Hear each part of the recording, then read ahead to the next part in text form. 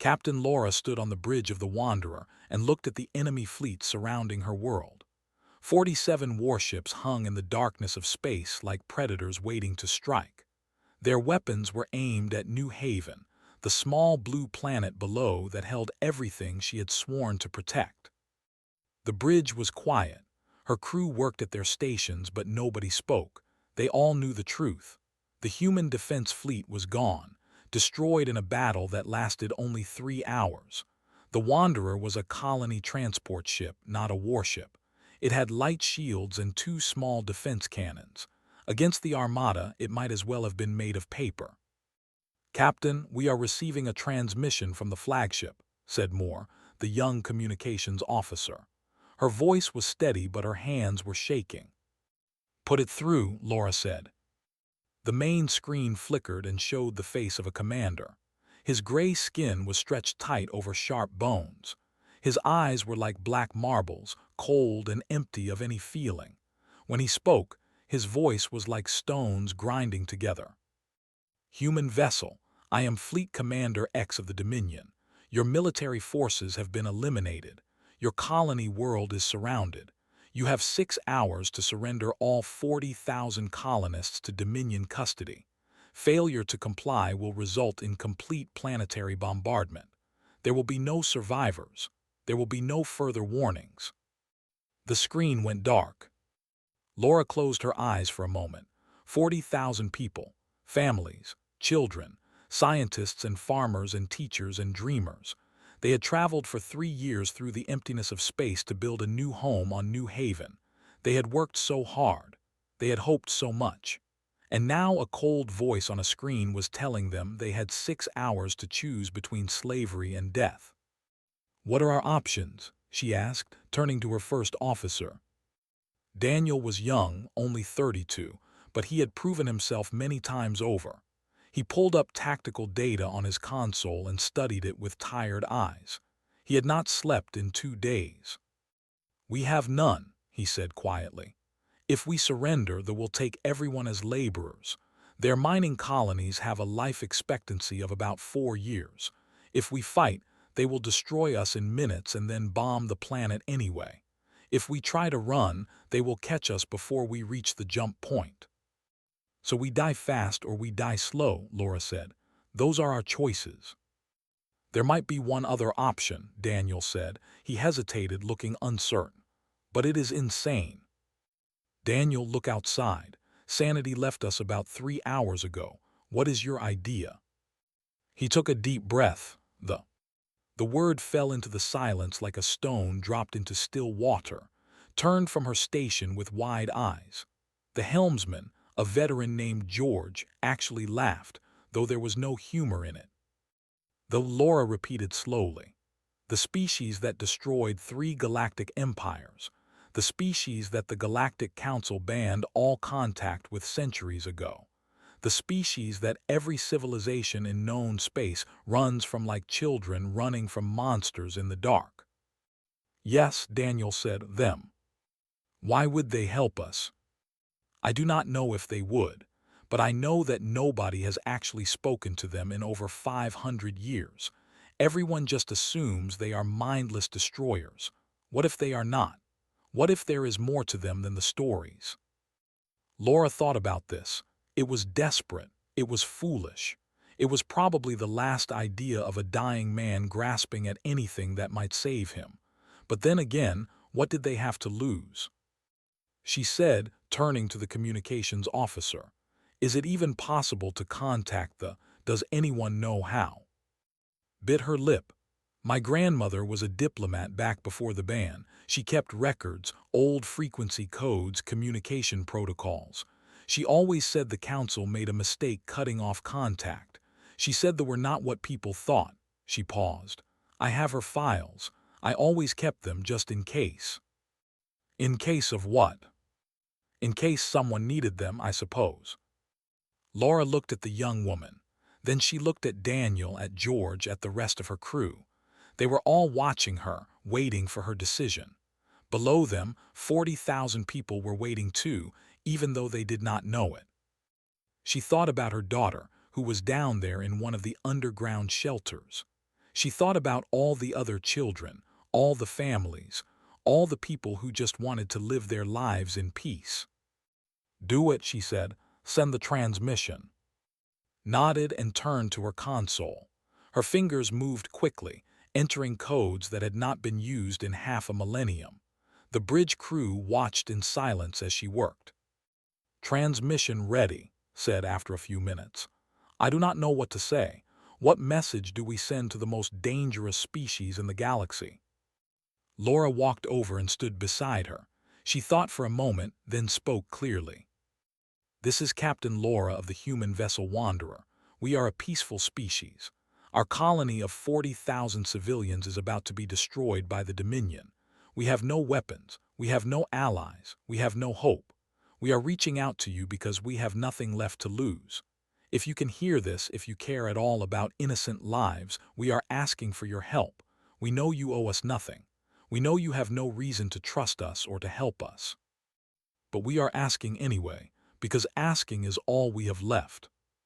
Recorded the message and sent it into the void.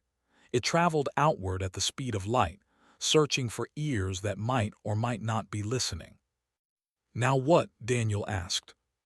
"Now we wait," Laura said, "and we hope that somewhere out there someone is listening." She turned back to and watched the fleet. The clock was ticking, 6 hours until the end of everything. And somewhere in the darkness between stars, the message flew onward, carrying with it the last hope of 40,000 human souls. 3 hours had passed since the transmission was sent. The bridge of the Wanderer was filled with a heavy silence that pressed down on everyone like a weight. Laura sat in her command chair and watched the stars, searching for any sign that their desperate call had been heard. Nothing came. Daniel stood at his station, checking sensor readings for the 100th time. "No response," he said quietly. "Maybe they did not hear us. Maybe they do not care. Maybe they really are just monsters like everyone says." Laura did not answer. She had allowed herself a small flame of hope when they sent the message. Now that flame was dying, and the cold reality of their situation was settling back into her bones. Below them, on the surface of New Haven, the colonists waited in underground shelters that had been built for storms, not for war. The shelters would not survive a bombardment. Everyone knew this. But being underground felt safer than being above, and sometimes the feeling of safety was all people had. Governor Samuel Price walked through the main shelter beneath the colony's capital city. He had been a teacher before becoming a leader, and he still moved like one, stopping to speak with people, kneeling to talk to children at their level. His gray hair was messy and his clothes were wrinkled from days without proper sleep, but his voice remained calm and steady. "How are you holding up?" he asked a young mother who sat against the shelter wall with her 2 children pressed close beside her. Maria Torres looked up at him with eyes that held fear and exhaustion in equal measure. Her children, a boy of 8 and a girl of 5, were sleeping against her shoulders. They had cried themselves to sleep hours ago.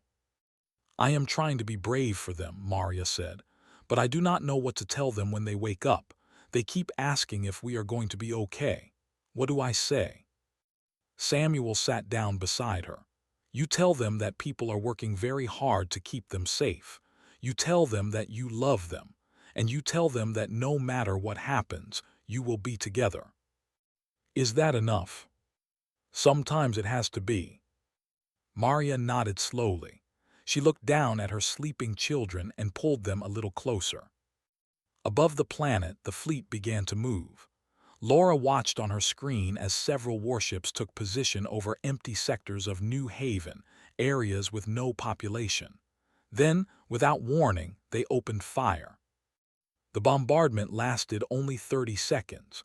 When it stopped, 3 mountains on the far side of the planet had been reduced to smoking craters. "They are showing us what they will do," Daniel said. His voice was tight with anger. "They are playing with us." Laura gripped the arms of her chair. 3 hours left. 3 hours until they turned those weapons on the shelters, on the cities, on everyone she had sworn to protect. and then spoke. "Captain," she said, her voice strange and breathless, "I am detecting an energy signature at the edge of the system." "Reinforcements." "No, this is something else, something I have never seen before. The energy readings are off every scale we have." Laura stood and walked to the sensor station. The data on the screen made no sense. The energy levels were impossible, higher than anything human technology could produce or even measure properly. "What is it?" Daniel asked, coming to stand beside them. Before anyone could answer, the energy signature resolved itself into something visible. On the main screen, they watched as space itself seemed to tear open like fabric being ripped by invisible hands. Through the tear came a ship. But calling it a ship felt wrong. It was massive, larger than any vessel Laura had ever seen. Its surface was not metal but something that looked almost alive, covered in what appeared to be dark scales that shifted and moved. It had no visible engines, no weapons ports, no features that made sense by any normal standard of ship design. It simply existed, vast and strange and terrifying. The whispered. The fleet reacted instantly. Every ship in the armada turned to face the newcomer. Weapons powered up. Shields went to maximum. The organized fleet formation scattered into defensive positions. But nobody fired. "They are scared," Daniel said with wonder in his voice. "They are actually scared." The vessel hung motionless in space. It made no aggressive moves. It simply waited, as if observing the situation before deciding what to do. Then a transmission came through. It was not like any communication Laura had ever received. The sounds were strange, layered, almost musical, but also somehow wrong, like hearing a symphony played on instruments that should not exist. "I cannot translate this," said, her fingers flying over her console. "The language does not match anything in our databases. It does not match anything in any database." "Keep trying," Laura said. They actually came. We have to find a way to talk to them." Minutes passed. Worked with growing frustration as she tried to find patterns in the alien transmission, tried to build bridges between two species that had never properly spoken. Finally, something clicked.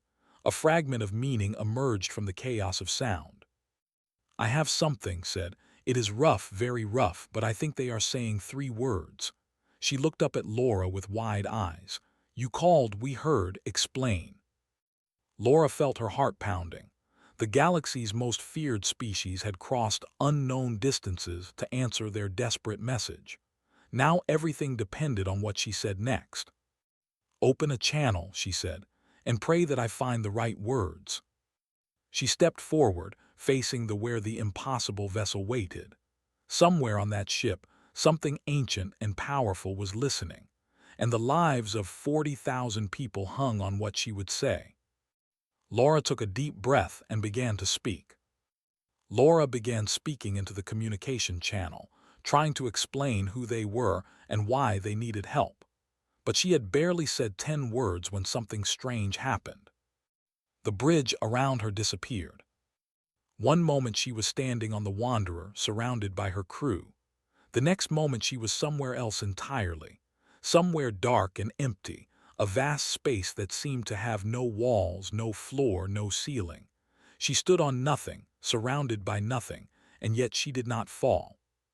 "Captain," she heard Daniel's voice, distant and muffled as if coming from very far away. "Captain, your life signs just went strange. What is happening?" She tried to answer but found she could not speak. Her body would not obey her commands. She could only stand and wait in the darkness. And then she felt it, a presence, something massive and old and powerful watching her from the shadows. She could not see it clearly. Every time she tried to focus on it, it seemed to shift and change, as if it existed in more dimensions than her eyes could perceive. When it spoke, the words did not come through her ears.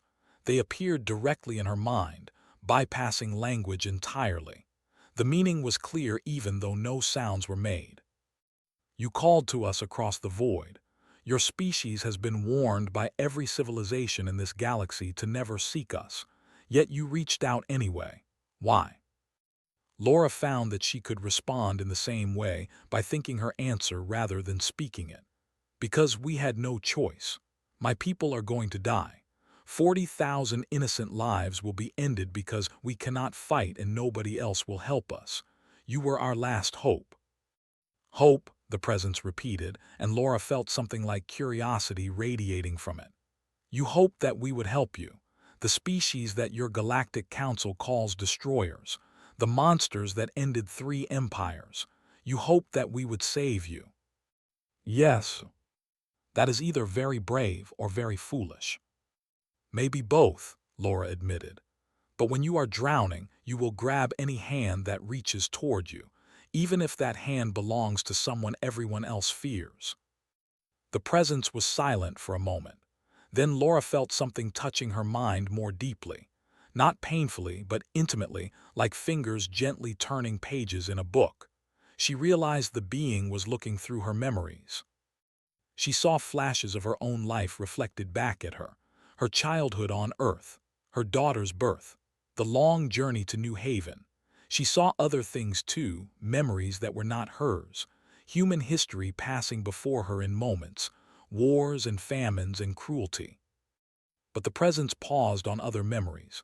A mother singing to her sick child through the night, soldiers from enemy armies sharing water during a ceasefire, humans rebuilding cities after earthquakes, helping strangers without asking for anything in return, firefighters running into burning buildings, doctors working without sleep to save lives. Interesting, the presence said. Your species causes great harm to itself. You fight wars over land and resources and ideas. You destroy your own world with pollution and greed. By any logical measure, you should have eliminated yourselves long ago. We have come close, Laura agreed, many times. And yet you continue, you survive, you grow, you reach for the stars even though you have not yet learned to stop reaching for each other's throats. The presence seemed genuinely puzzled. Why? Laura thought carefully before answering. Because giving up is not in our nature. No matter how bad things get, no matter how hopeless the situation seems, there are always humans who refuse to stop trying. We hope even when we should not. We fight even when we cannot win. We love even when love brings us pain. It is who we are. Even now, facing certain death, you hope. Yes. The presence was silent again, considering her words. Then it showed her something. Images of the 3 empires that they had destroyed, but the images were not what Laura expected. She saw the being captured, studied, experimented upon. She saw them being forced to fight in wars that were not their own. She saw empire after empire trying to use them as weapons, as tools, treating them as things rather than beings. They did not fear us because we attacked them, the presence explained. They feared us because we refused to be their slaves. When they tried to chain us, we broke free. When they tried to use us, we stopped them. We did not start those wars. We ended them. And then you, Laura said, understanding now. You left the galaxy alone because you were tired of being feared and used. Yes, for 10,000 years we have watched from the edges of your civilizations. We have seen species rise and fall. We have been alone because being alone was safer than being enslaved again. Laura felt a deep sadness coming from the presence. 10,000 years of isolation. 10,000 years of loneliness because the rest of the galaxy could not see past their fear. What would you want from us, the presence asked, if we helped you? What payment would you offer? Laura had nothing. No treasure, no technology, no military power. She was a captain of a transport ship representing a colony of farmers and scientists. What could she possibly offer to beings who could cross galaxies in moments? Friendship, she said finally. Real friendship. We would not try to use you or control you. We would not fear you or run from you. We would just be your friends if you wanted that. No conditions, no demands, just 2 species that chose to stand beside each other. The presence did not respond for what felt like a very long time. "Friendship," it finally said, and Laura heard something in the word she had not expected. Something like wonder, something like hope. "We have not had friends in 10,000 years." "Then maybe it is time to try again," Laura said. Another long pause. Then the presence spoke once more. "We will consider your offer, Laura. Return to your ship. We will give you our answer soon." The darkness began to fade. The bridge of the Wanderer started to reappear around her.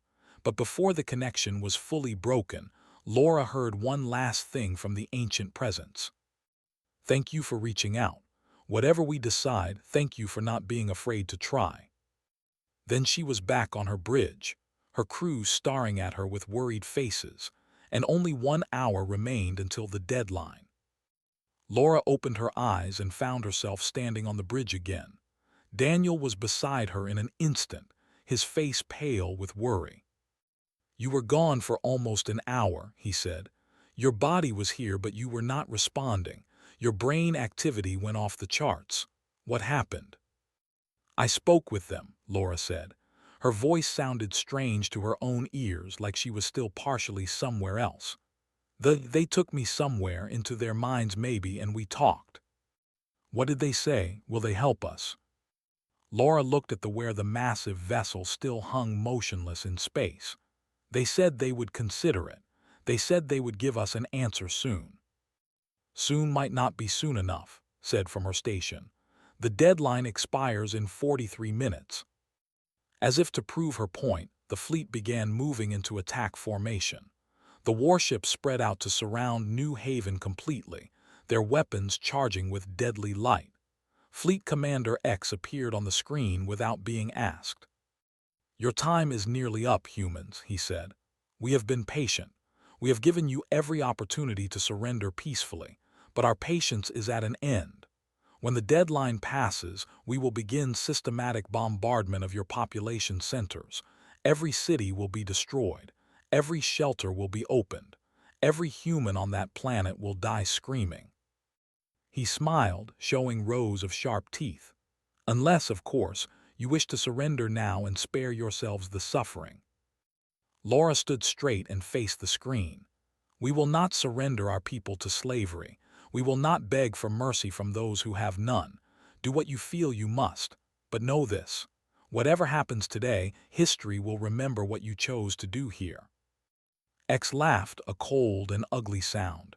"History is written by the victors, and today we are the victors." The screen went dark. The minutes ticked by slowly. On the surface of New Haven, people held their loved ones close.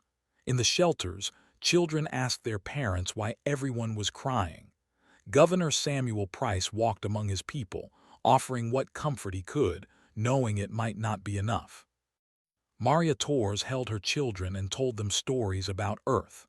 She described oceans they had never seen, forests they had never walked through, a sky that was blue instead of the purple of New Haven. She wanted their last thoughts to be of beauty, not fear. The deadline passed. The fleet opened fire. Laura watched as beams of destructive light streaked toward New Haven. In seconds, they would strike the surface. In seconds, everyone she had sworn to protect would begin to die. "All hands brace for combat," she ordered, knowing it was futile. "Take us between the fleet and the planet. We will not save everyone, but maybe we can save some." The Wanderer surged forward on its small engines, placing itself in the path of destruction. It was a gesture of defiance more than a real defense. One ship against 47. The first shots hit the Wanderer's shields. The ship shook violently. Consoles exploded in showers of sparks. The lights flickered and failed, then came back at half power. "Shields at 40%, Daniel reported, bracing himself against his station. "Hull breaches on decks 4 and 7. We cannot take much more of this." Another volley struck them. Laura was thrown from her chair. She hit the deck hard and tasted blood in her mouth. Somewhere behind her, she heard screaming as a support beam collapsed. Daniel ran toward the sound. Through the smoke and chaos, Laura saw him pulling crew members from beneath fallen wreckage. A secondary explosion went off nearby, throwing him against a wall. He slumped down, his arm bent at a wrong angle, but he kept trying to help others even through his pain. "Shield's gone," shouted. "The next hit will breach the bridge." Laura pulled herself back to her feet. Through the crack, she could see weapons charging for the killing blow. She closed her eyes and thought of her daughter, hoped that somehow, somewhere, she would survive.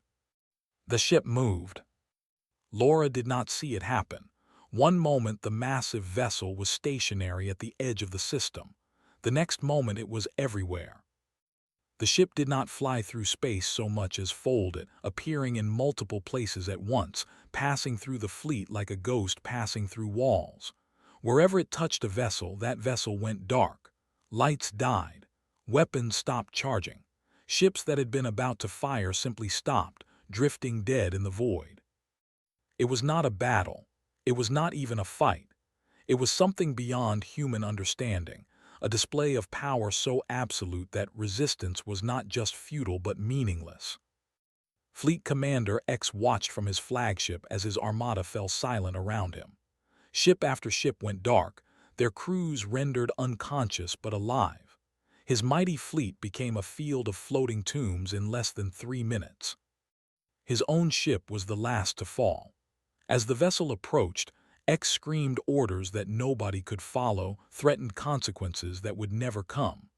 Then the massive alien ship passed through his flagship like light passing through glass, and everything went quiet. The vessel came to rest between the disabled fleet and New Haven. Then it broadcast a message on all frequencies, in all languages, ensuring that everyone in the system and everyone monitoring from beyond would hear. "These humans are under our protection. They have offered us friendship and we have accepted. Any who threaten them will answer to us.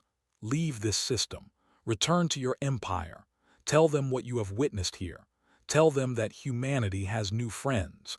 And tell them that these friends do not forget those who harm the ones they care about." The message ended. The galaxy fell silent. Laura stood on the damaged bridge of the Wanderer, bleeding and bruised, surrounded by the wounded and the scared. But she was smiling. Through the crack, she could see the vessel hovering protectively over New Haven. "They came," she whispered. "They actually came." Below them, on the surface of the planet, 40,000 humans looked up at the sky and saw not death but salvation. And somewhere in the shelters, children stopped crying and started asking their parents about the strange new ship that had saved them. For the first time in days, Maria Torres allowed herself to hope that her children might grow up after all. 1 month had passed since the day they saved New Haven. The colony had changed in ways both large and small. The damaged buildings were being repaired. The underground shelters had been emptied, their occupants returning to homes they had thought they would never see again. Children played in the streets, their laughter carrying on the wind like music. But the changes went far beyond New Haven. The entire galaxy had been shaken by what happened in this small corner of space. The message, the broadcast, had been heard by hundreds of species across dozens of systems. The most feared beings in the known universe had declared friendship with a young species that most had barely heard of before. Everything was different now. Captain Laura stood before a screen in the rebuilt communications center, addressing the Galactic Council.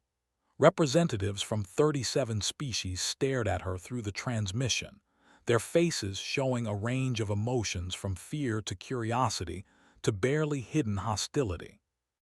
"You have broken the most fundamental law of galactic civilization," the council speaker said. He was a tall being with silver skin and 6 arms, and his voice dripped with disapproval. "Contact with them has been forbidden for 500 years. You have endangered every species in known space with your reckless actions." Laura met his gaze without flinching. "With respect, we endangered only ourselves. We reached out because we were dying and no one else would help us. They came to our aid when every other door was closed. They saved 40,000 innocent lives." They are destroyers, another council member hissed. They ended 3 empires. They cannot be trusted. Those empires tried to enslave them, Laura said calmly.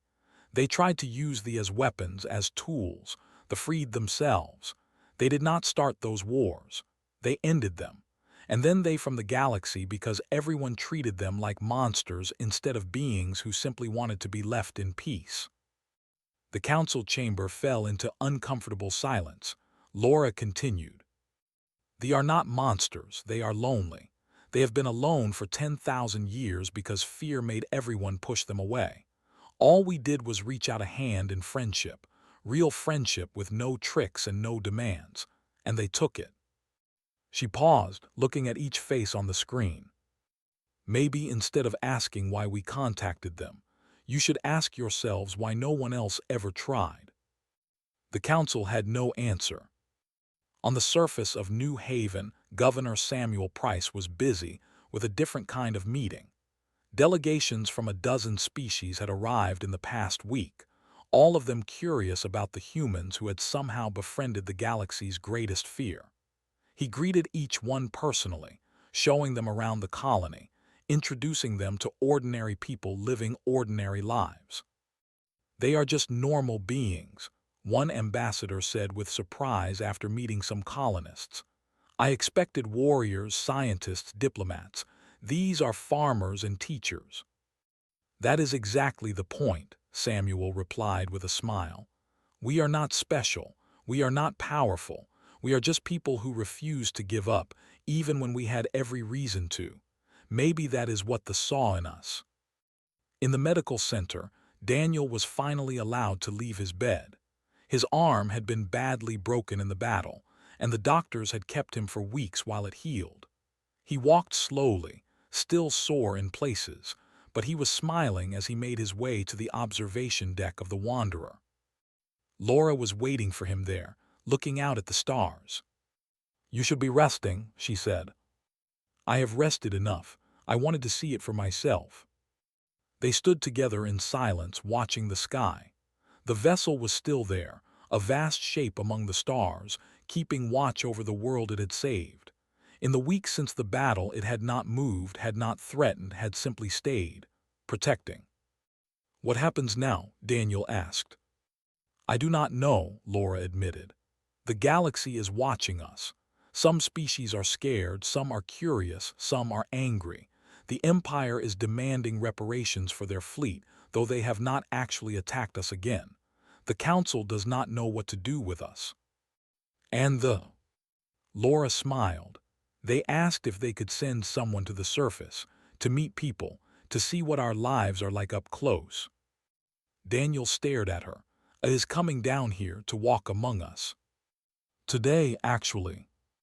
The shuttle that landed in the main square of the capital city drew every eye in the colony. It was not a human shuttle, not anything anyone recognized. It seemed to be made of the same strange material as the vessel, dark and shifting, and somehow alive. A crowd gathered at a respectful distance, watching with a mixture of fear and fascination. Governor Price stood at the front, ready to greet their guest. Beside him stood Maria Torres and her 2 children, who had asked to be there. Maria had explained to her children that the beings who saved them wanted to say hello, and the children had insisted on thanking them in person. The shuttle opened. The being that emerged was tall and slender, wrapped in robes that seemed to be made of woven shadow.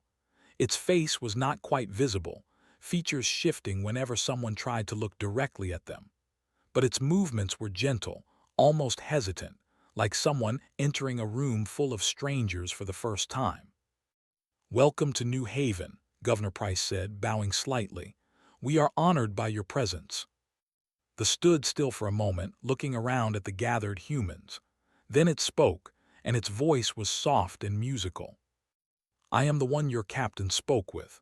You gave me a name during our conversation. She called me friend. I have decided to keep that name if you will allow it.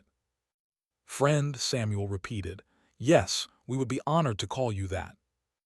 Maria's daughter, the 5-year-old, suddenly broke free from her mother's hand and ran toward the alien being. Maria gasped and tried to catch her, but the child was too fast. The little girl stopped in front of Friend and held up a handful of flowers she had picked that morning. "These are for you," she said. "Thank you for saving us." Friend stood perfectly still. In 10,000 years of existence, no one had ever offered it flowers. No one had ever thanked it with such innocent trust. The being did not know how to respond. It did not understand this gesture, this simple act of kindness from a small child who had no reason to offer it. Laura arrived in time to see what happened next. Friend knelt down slowly, bringing itself to the child's level, and gently accepted the flowers. When it spoke, its voice trembled with an emotion that surprised everyone watching. "Thank you," Friend said. "I will treasure these." The child smiled and ran back to her mother. Maria caught her and held her close, but she was smiling too, tears running down her face. Laura walked forward and stood beside Friend as it rose back to its full height. "This is what friendship looks like," she said quietly. "Small kindnesses, simple trust, people reaching out to each other even when they do not have to." Friend looked at the flowers in its hands, then at the humans who watched without fear, then up at the sky where its vessel waited. "Perhaps," it said slowly, "we have been alone long enough." Laura nodded. "Perhaps we all have." In the weeks that followed, more came to visit New Haven. They walked among humans, learned their customs, shared their own stories. A cultural exchange program was established, the first of its kind in 10,000 years. Other species watched in amazement as the galaxy's greatest fear began to heal from wounds that had been ignored for too long.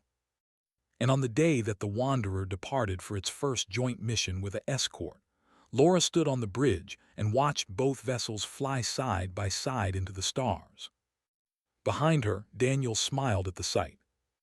"Who would have thought?" he said. "We called the most dangerous species in the galaxy and we made friends." Laura laughed softly. "We did what humans do. We hoped, we tried, and sometimes that is enough." The two ships flew onward together, carrying with them the beginning of something new. Not just an alliance of species, but a promise. A promise that even in a universe full of fear and isolation, reaching out could change everything. And somewhere in the vast darkness between stars, Friend looked at the pressed flowers it had kept from that first day, and felt something it had not felt in 10,000 years. It felt like it belonged,